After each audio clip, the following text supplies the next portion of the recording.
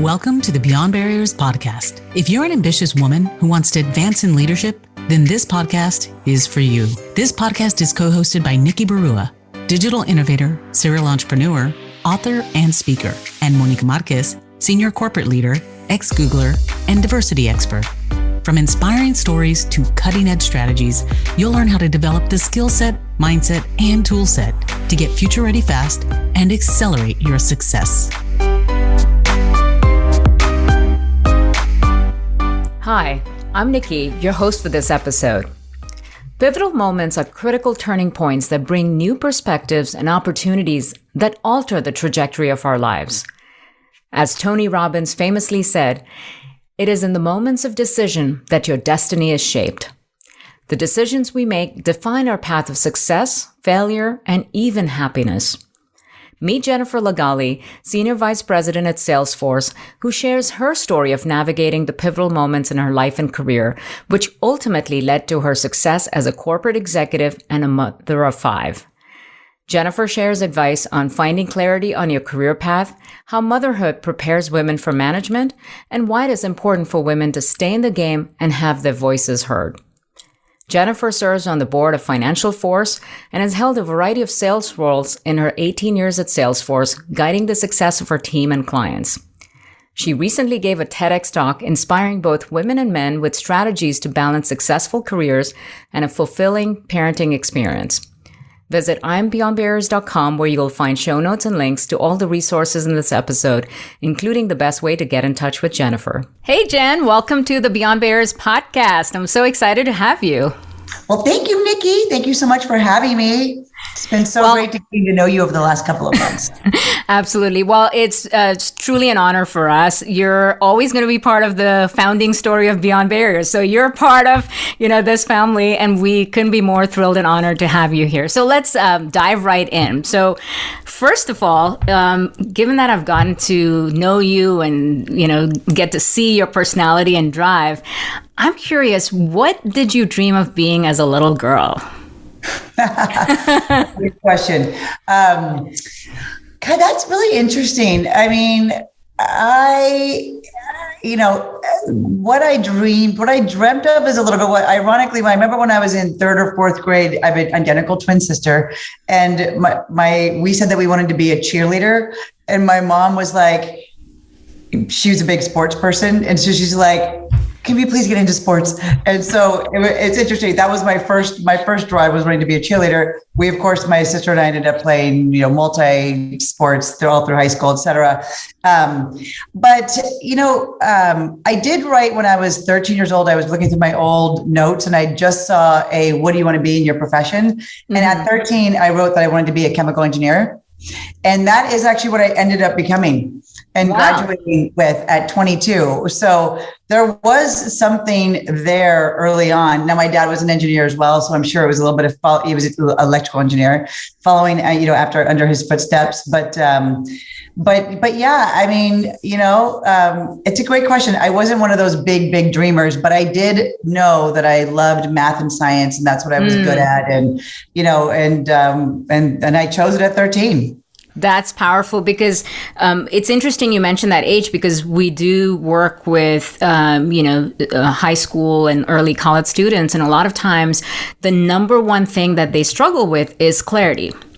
Just not knowing what am I really good at doing? What should my future look like? Where do I go from here? So what helped you that you might be able to share with someone who's at that age now to say, look in these places, or here's what helped me, maybe it'll help you? Yeah. Well, it was interesting because I know that the program that you, the incredible program that our team participated in, a lot of it is about creating that clarity. Yeah. That said, I would say that when I'm speaking to people and I'm talking about clarity and how to go get it, I feel like there is a combination of you have to start to hone in on what you enjoy, but what you enjoy oftentimes, it's almost like passion. Mm-hmm. Sometimes you need to grow into your passion.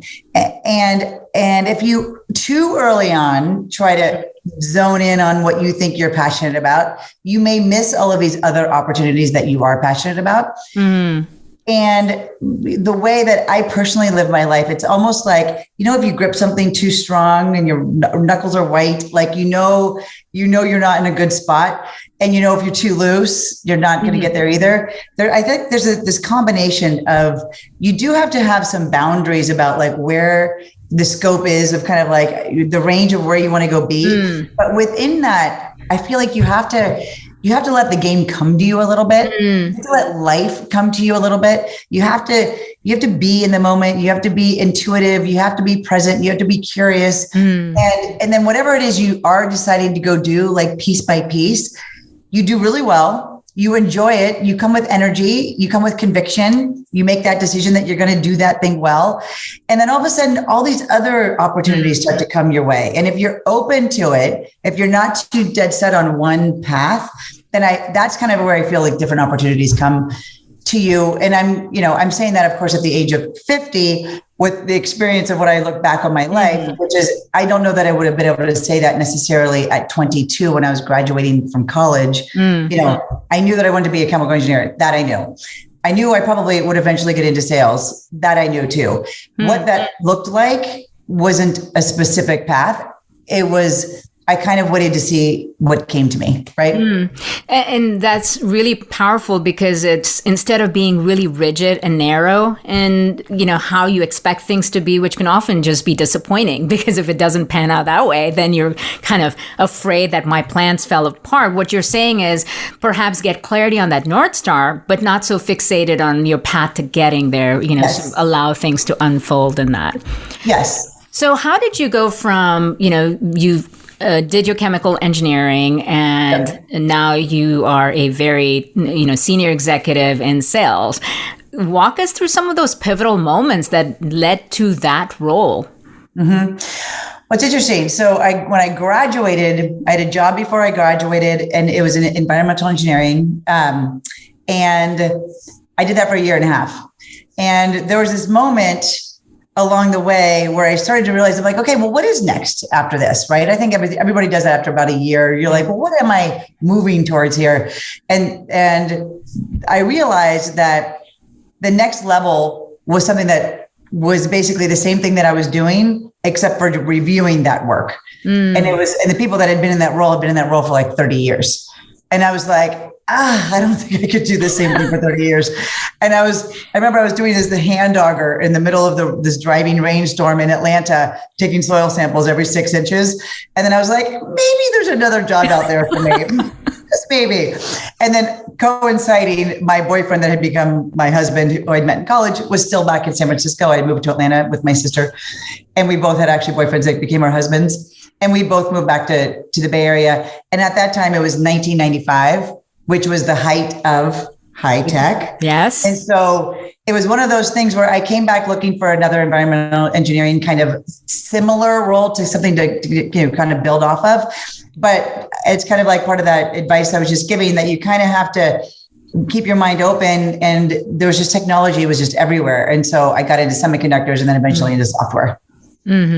Well, what's also interesting for people to note as our audience is listening is to keep an eye out for those waves, the trends that are emerging, because sometimes it's being ready to ride that wave that propels you forward, versus going against the grain. It's like you could be the best fax machine salesperson, but it's not going to take you far, right? Exactly. But the skills that you had to use to go sell fax machines are transferable somewhere else, right? And so, and that's kind of what I mean about, like, you build skill, whatever you're doing, you build skills, you go 100%, you make sure that wherever you are, you're building a brand where people say she or he kicks butt and is so good at what they do, the high work ethic, high motor, smart, curious, picks things up, things that you can control, right? And that way, no matter what you do next, you have a referral, you have opportunities, et cetera, et cetera. But I am so thankful to get into technology, because I did become passionate about it, and I did become passionate about selling, which I can't say that I was when I first started, because I just started it, right? But it's one of those things where you come in and you get good at it, and you really start to grow, and you really start to love the game slows down for you a little bit. Right. Right. And that, and And then, I would just say like, then I found a company, Salesforce, after maybe 3 or 4 CRM type of companies. And who would have known, it was 300 people at the time. It was the first really tech company that was in San Francisco in 2003. And .com was in the name, Salesforce.com, in 2003, after like the .com bubble burst. And so who would have ever thought that Salesforce.com was going to be a successful company? But I knew somebody there. I'd been around CRM. So I took it. And then now it's, over 65,000 people. And I rode, the 18-year wave and the navigation that all comes with that and the growth that comes with that and taking on different roles. But it's been a really fun ride. Absolutely. And the impact you've created has been massive within that, because not just in the role you hold, but also in the inspiration you've provided to so many women, not just within Salesforce, but tech and in general. So with that, there's obviously things that were necessary in your life to facilitate, that kind of career and focus. What were some of the pivotal decisions or, choices that you had to make that happen? Yeah, well, I mean, I just did a TEDx talk actually recently, and it was for UC Davis, which is my alma mater. And so the TEDx talk was really focused on women that were more in the beginning-ish of their career. So we'll say the first 10 years-ish, from college to that.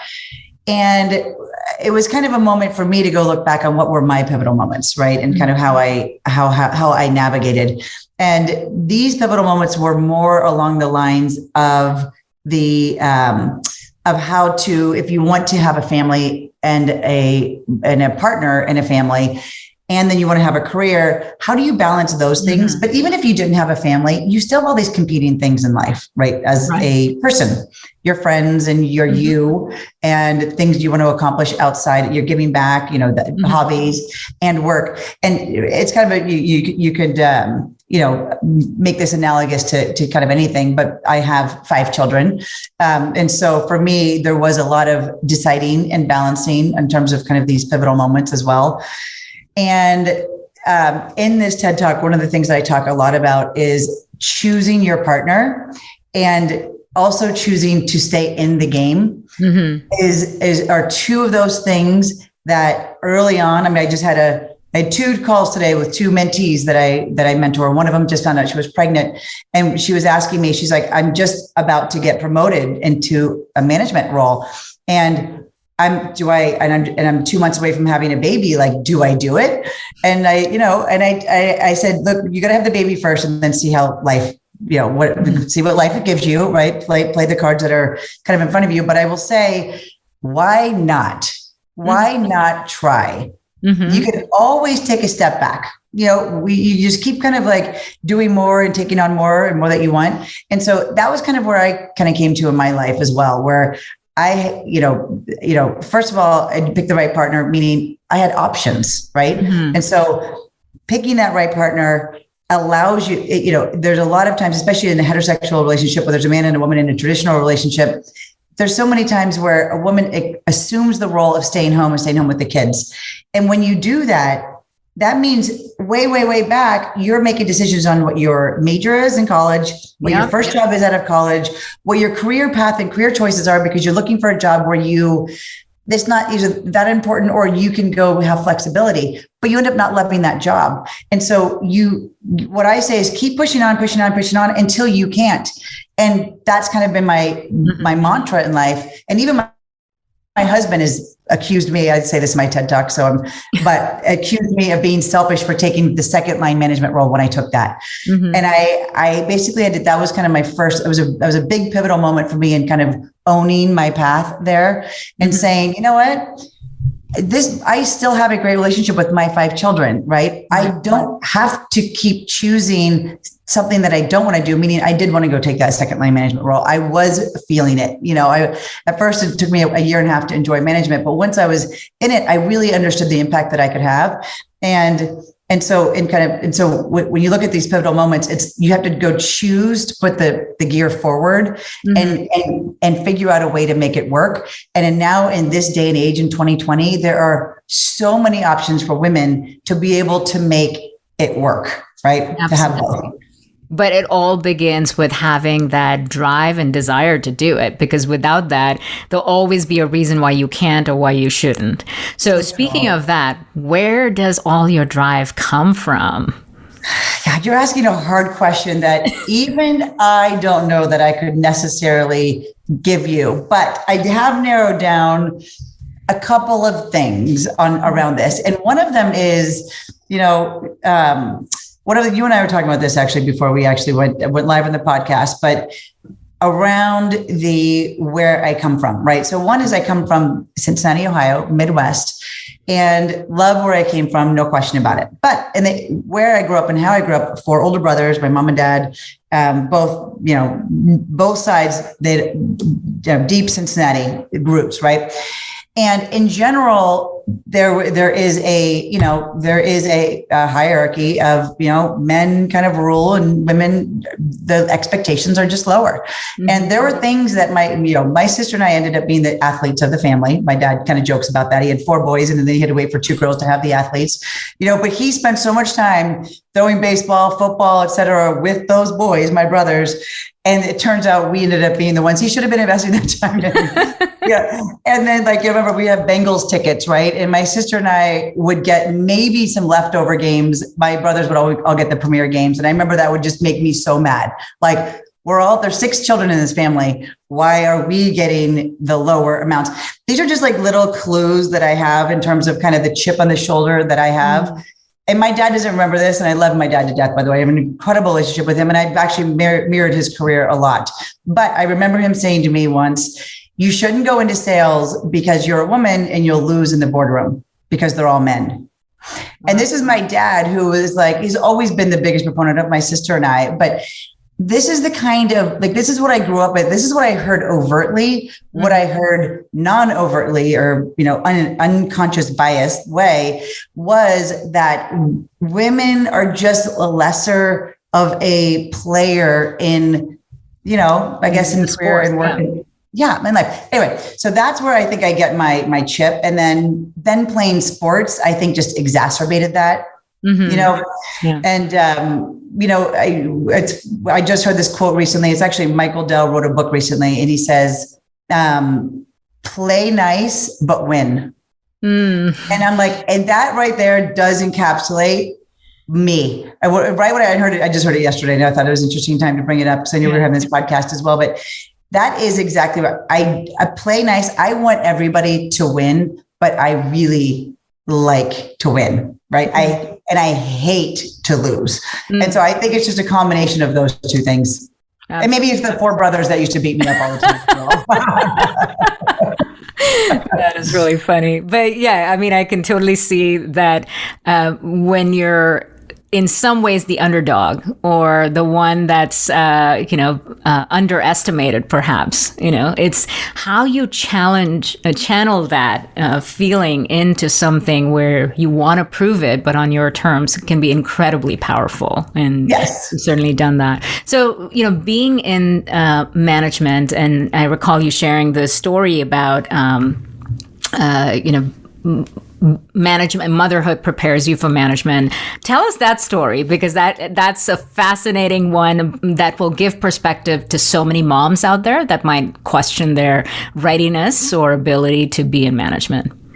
Yeah, well, I will tell you that this, again, going through this kind of TED Talk, that I put a million ideas out there and I had to boil it down to it was 15 minutes is what it ended up being. And the one idea that I love the most that kind of came out of this, that I feel so strongly about, that I did not, and I remember because I remember having a conversation about this, did not feel this strongly about when I started managing, and was in the idea here that I have found out is that women make amazing leaders. We make amazing managers. And I did not think that. And I didn't think it, I thought I was kind of maybe different, when I started off, because I had this competitive edge, because I had the 4 brothers. I also have 4 boys, by the way, 1 girl, but 4 boys. So I'm kind of around boys all the time. So I kind of feel like I'm half male, half female. I can kind of blend in either one. And I was thinking, oh, well, that's why I'm, I'm finding success here, because I can think like a man and be like a man. But really, but I wasn't acting like a man. I was acting like me, like I'm empathetic and, I cared and, I came with positivity versus negativity in terms of inspiration and motivation, but what I realized, and when I was then going through this process of trying to promote top AEs to become first line managers, AEs are account executives, so salespeople, to be first line managers, I realized I could tell I was a little bit nervous about how they're going to do, how they're going to perform, is this the right role for them? Am I setting them up for success? And that's how I knew, because I was going through this thought process.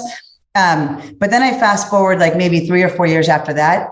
And the company that I'm at now, at Salesforce.com is where I'm at now. Still, I see so many women leaders and I realize what they all have in common. And people love to work for them. For the most part, I'm generalizing, but 85% of the women that I see make amazing leaders. And it's this innate thing. And to me, maybe because I'm a mother of 5 and one of 6 or something, but I think it's because we have this natural nurturing. And I think we have this natural drive to build something where we love to be a part of and everybody wins. Mm-hmm. And you can win together. It doesn't have to be, it's not a zero-sum game. Mm-hmm. And we care and we listen. And that's when you want to try to get the best performance out of somebody, when you want somebody to do their best, they need to feel that you are care and want and support the most out of them. And that's how you get the best performance. But I will say, sorry, go ahead. Oh, sorry. I was just going to say, I wanted to give the antidote to that too, because not everybody's the best fit on a team either. And you do have to make sure you have the right conversations to get them in a place where they will soar. So it's not like every single person can be amazing on the team. You have to get the right people on the team and then make sure that they're performing at their best, but you also have to get the people onto the right places where they can go perform as well. Right. But it's such a key point about that EQ and the innately human skills that women lead with actually lead to, developing stronger leaders on their team, building stronger teams, and then elevating in a really healthy and lasting way. So for anyone that is doubting that, that's your living proof of what is possible when you don't let any of, your personal circumstances second guess into what is possible. Yes. And what's interesting, and I'll say this because there's always a counterbalance to everything. And the world wouldn't be as good a place if it was only women running it. Right. And it wouldn't be as good a place if it was only men running it. We are amazing together. We are like peanut butter and jelly, right? And I'm going to generalize again here, but you have this, men come forward with with so much confidence and so much conviction and so much, and they think really big and they want to go do huge things, right? Women come with, when we say we're going to do something, I would say that kind of goes on both sides, but when we are going to do something, we do it really, really well. And we lead with kind of the qualities that I had talked about before. And so what I think about, even for me, when I'm trying to make sure, am I looking at this holistically in the best way? I think about what are those male traits that I want to incorporate into my game, right? More aggressiveness, more directness. Risk-taking more risk taking. That's a good way to say it. I'm kind of general. I'm probably not using all the most appropriate descriptors here, but my whole point around this is there's got to be balance in your game, right? We are born with something and we need to add something else. And that's true for everything, not just male and female gender qualities, but we all have something innate that's great to offer. And if you want to be incredible or really great, you need to go add other skills to go really be a full self, Right. So really look at, what are the elements that are natural to you, but also look at the counterbalance and how you can bring that thinking to be more holistic and get better results overall. Yes. So I want to dive into specific to your domain in sales. And the reason I want to bring that up is it is Probably one of the most misunderstood of, professions, if you will. There's, for people that are not in sales, there's that ick factor of, oh my gosh, I could never go. Our salesman. It's hard. It's, I don't think I can do it. And yet the reality is it doesn't matter what you're doing. You're always selling, whether you're interviewing for a job, you're growing your business, or you want to get a promotion, everything, even relationships, you have to make the sale. So demystify sales from your perspective, because you've been in it a while, you've had success at a really massive level, and you've got a large team of very successful people. So demystify sales from your perspective. Yeah. Oh my gosh. I mean, first I will just say that, I know I've gotten that too, even from my kids early on also.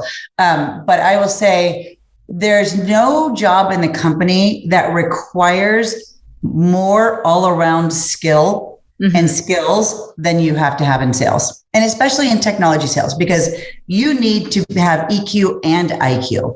And you need to be able to navigate your way around, internally, externally. You need to be able to talk about technology in a way that's interesting and applies to the customer. But so that said, so I think there's no better place to be in the company than sales. It's the heartbeat of every company. No company can survive without revenue coming into the company. It is a vital role where you will always have a place, and you will always be able to apply your skills somewhere else in terms of how do you bring in revenue to a company so that you can go make your product better, et cetera, et cetera. So that said, I will say, if you're thinking about sales in the way that you're talking about, Nikki, where when people refer to it like the car salesman or the whatever, that kind of sales is you're trying to sell somebody something that is of no value, and you're trying to cheat them out of some money so they can get some money. But what sales really is, it's about joining that interface of a problem that a customer is trying to solve and a challenge that one of our customers is hit, that their jobs are dependent on solving. And you have a set of technology or whatever you're selling that can go help them solve that problem. You can go be their hero. You can go align with them and allow them to go soar. The one thing that I have loved so much at Salesforce is how many promotions we have created and caused for our customers, because they have to go connect with customers. They have to go build out technology to go, to grow their company better with selling. They've got to go, with supporting a customer. They've got to go figure out how to go do it better, faster, with less people, et cetera. And then we have all of these products that go and help them go do that. And they're making their company better. They're driving revenue. They're saving money. But most importantly, they are having fun in their career because they're achieving what they're supposed to achieve. And we've got, I can't even tell you, we should actually create the trailblazer story around executives that have been promoted. So that's what selling is to me. It is, you're able to go solve people's problems. And the bigger the problems you're solving, the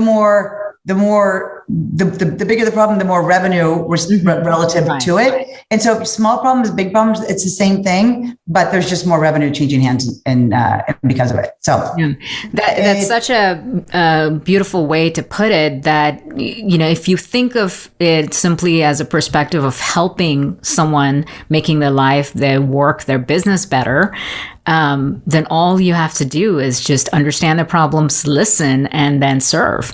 Exactly. You said it perfectly. Nothing more to it. And, there's a direct correlation between P&L roles, especially with sales, and getting to the C-suite. And that is one of those critical career decisions that oftentimes women don't make at the right stage, sort of not necessarily stepping into those more challenging, numbers driven roles. And it's really unfortunate because it doesn't position you for the top level roles, because majority of the C-level roles, the CEO roles, there is a correlation P&L responsibility and sales. And so reframing how you think about sales in a positive way, our hope is that more women will actually opt into that and see it as a pathway, not just to make people's lives better, but also for their own career success. Oh my gosh, I will tell you that women in sales, if you combine the IQ of what you're selling with the EQ that we generally naturally have. It's not, again, not everybody has high EQ. I'm definitely generalizing there, but if you combine those two, it is such a powerful mix. It is such a powerful mix. I can even just see all the women that are on my team they're incredible. I love what they go do, and they have a blast doing it. It's so much fun. Women make incredible sellers. What if you could pinpoint the invisible ceilings limiting your success?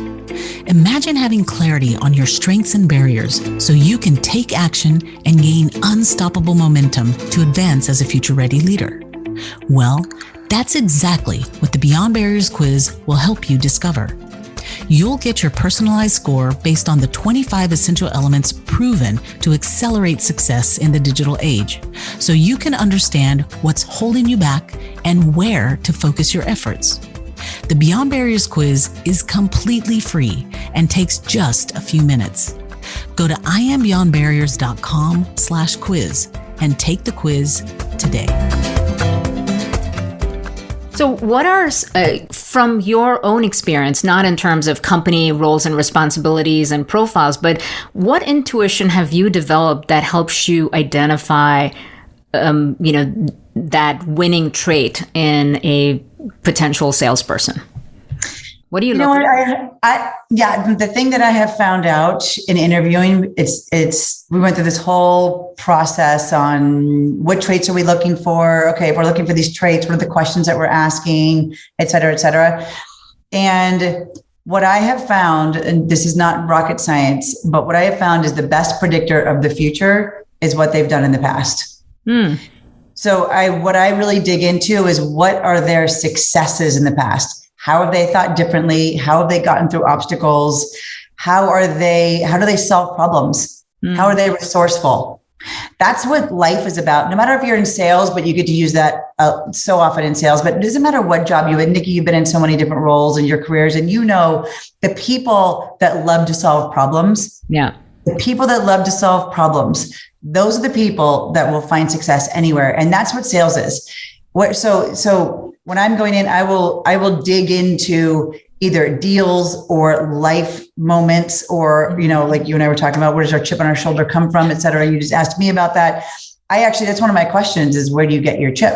What's the chip on your shoulder? Right. And have them describe that too. But I want the hungry, I want the resourceful, I want the, smart, but you have to have shown it. And again, I'm not interviewing for a straight out of college selling in my role specifically.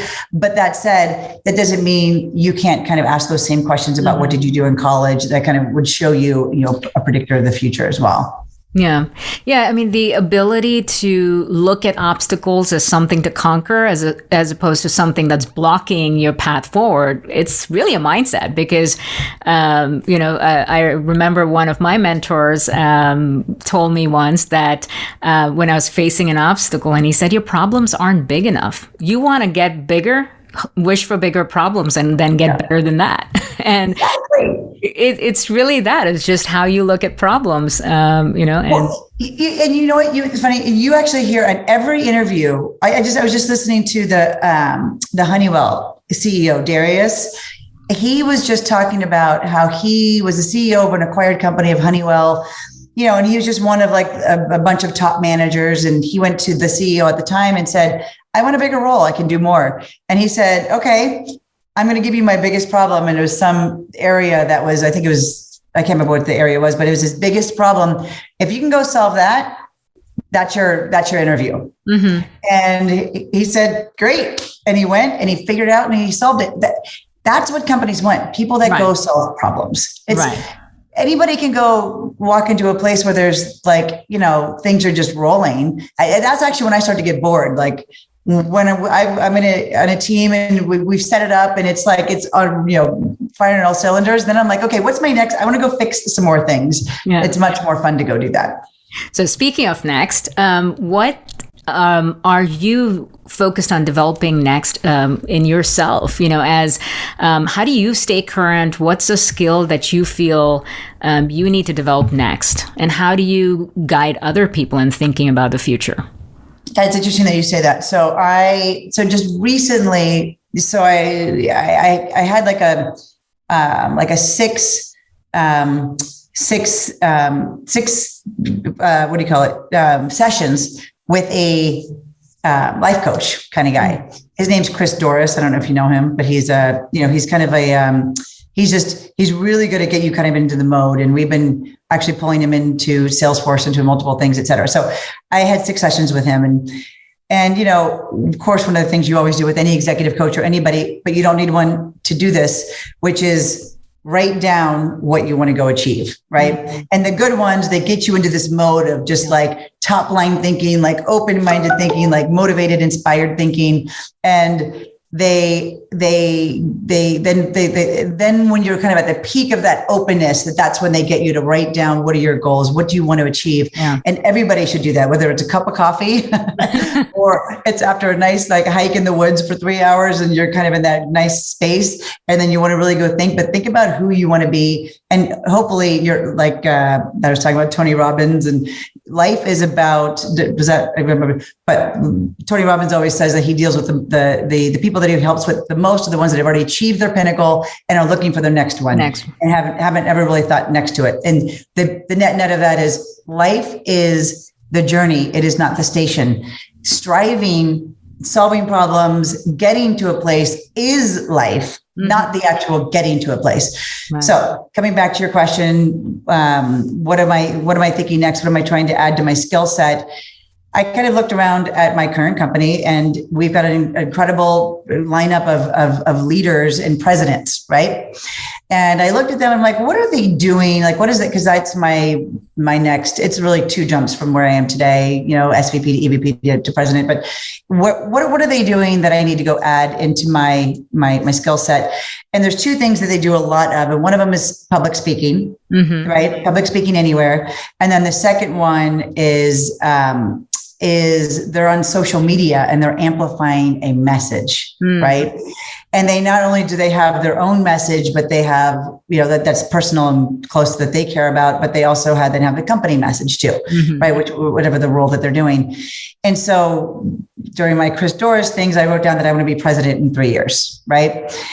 And so it was amazing once I wrote that down. This is why I say, write it down, because once I wrote that down, I was like, now I got to do it because I wrote it down. And now what does it mean to go be that? And so 2 of the things that I know that I want to continue to work on is to be an ambassador, right? For my company, for women, et cetera. And that actually is and then the TED Talk opportunity came up for me right after that. Wow. So it was interesting because I may have normally said, that's a lot of work to do a TEDx talk. And it was, but it aligned with where you wanted to go. But once you kind of know what you want your mission to be, this lined up perfectly because it was a message. I'm like, it's like, who am I and what do I have to offer in terms of my learnings? And the TEDx talk encapsulates some of that, right? And so there was that, and there was the public speaking, and then it was getting on social media more, which I posted. That was my first post on LinkedIn, actually, was my TEDx talk. Yeah. And I had like 40,000 views within 2 weeks of that. And I was like, wow, okay, this is a powerful medium that you can go use when you use it in the right way. So for me, that's kind of perfectly answers your question. Where do I want to go next? And by the way, I always say, like, I could retire at Salesforce, or I could go, run a company or something, along those lines as well. So I try to keep my mind open to all of those things, but I love where I am right now. But that clarity about the future really helps you determine what's the next level competency or the next level competency, and how do you start getting there? Because if you're not aware of what that future looks like, you're not investing your time and energy in even developing that. So, and what you discovered, the need for a powerful personal brand, gives you that, influence and the ability to create even bigger impact, which is really what that future role looks like. So that's incredible. So, with that said, if you had a billboard and you could put a message out to all, the people listening to this, what would it say? I would say, women, we need to stay in the game. We need to have a voice. We are incredible leaders. And we need to go be there to go help the next women see what is possible. And we just need to keep staying and believing that we belong, because we do belong. That is the message that I want people to know. And I feel like it's already starting to create a flywheel. You already see it. We still need to go up and get to the C level. We need to believe that we can go run companies. We can go take on bigger and bigger things, but everyone all the way up needs to continue to go push up. And it only makes the world a better place, because what happens is men start to take the other half of responsibilities of all of the things and we start to balance out everything in life. That is a powerful message, and something that, is Beyond Barriers' mission, because we always say it's be the change and then pay it forward and develop the next generation. And, it's exactly what you are doing. You're paying it forward in real terms. And, so why do you believe that it's so important for that to happen for women in the workplace, especially in this point in time, in the context of the digital age and the context of all the change that's happening all around us? Well, I mean, it's when you have a seat at it's a seat at the table, when you are in the game, when you are affecting change, that's you have so much more confidence. And when you're confident and you're happy with who you are, then you're able to go spread that on to other people, whether it's your children or your friends or your husband or wife, or, or whoever you're working with. Confidence breeds better things. And if half of us feel less confident or less important in the world, I think it's not overstepping saying that. That's not hyperbolic to say that. Coming back to where I started from, right? If you feel like you're less than, you're not going to go give your best. Everyone should feel like they can go give their best, right? Men and women, right? In both. And more confident, I was part of this TED Talk I did, I saw a stat. If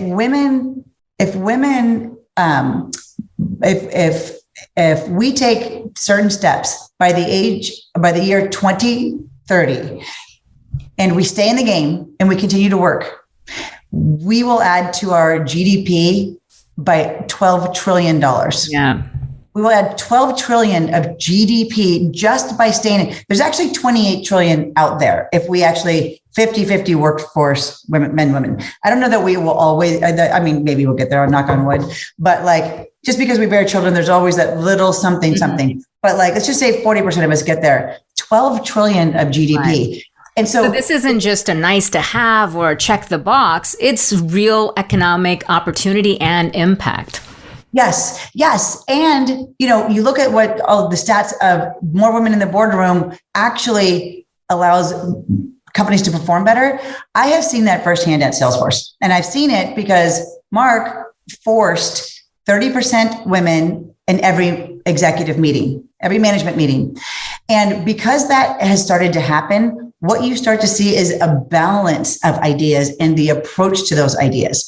And so you do well and you do good at the same time. And that is kind of a little bit of what that balance is all about. And everybody goes home happier. It's you play nice, but win. It's that too. Right? Yes. We do. You can do both. It's not win at all costs, and it's not just be nice. You got to do the balance of both. And so, and then I will just add one more thing too, which is if women need to be there so that other women can see what those role models look like, but also pick women up. And I'll give the example again. I gave this in my TED Talk, but I loved it because it was so true. When I went for my first promotion, and I was asking this president to approve my offer. And she said, wait, don't you have 5 kids? And I was like, yeah, I do. And she's like, well, if you have 5 kids, you can do this. and I'm like, I was not expecting that at all. Right. Because in general, most people think, oh, when you're a mother, you're distracted. You aren't fully here, but it takes a woman to realize how hard it is to be a mom and actually how much better we are because we've been a mother. Right. Yeah. And so that's the kind of thing where you just need that balance. Right. That is such an inspiring message. And I especially love that you can be nice and win, which is Absolutely, because it's natural for us to be nice, but you can focus on winning and not opting out before you need to. So, Jen, thank you so much for sharing your story and all of the inspiring and actionable advice. This has been a fantastic conversation. I'm excited for all of our audience to tune in and to learn from you. And we're going to be rooting for you to get to president in less than 3 years. So. Thank you, Nikki. I may need your help. Nikki, thank you so much. And thank you for everything that you're doing to get your 1 million women into advancing in leadership. Thank you for being our client and such a huge support. I couldn't be more grateful. Yes. Cheers. Thank you for listening to the Beyond Barriers podcast. There are thousands of podcasts out there, and we are so grateful that you've chosen to listen to ours. If you enjoyed the show, please leave us a rating and tell a friend about it. And subscribe to get new episodes every Monday, Wednesday, and Friday. Visit IamBeyondBarriers.com, where you'll find show notes, links, and the best way to connect with our guests. See you next episode.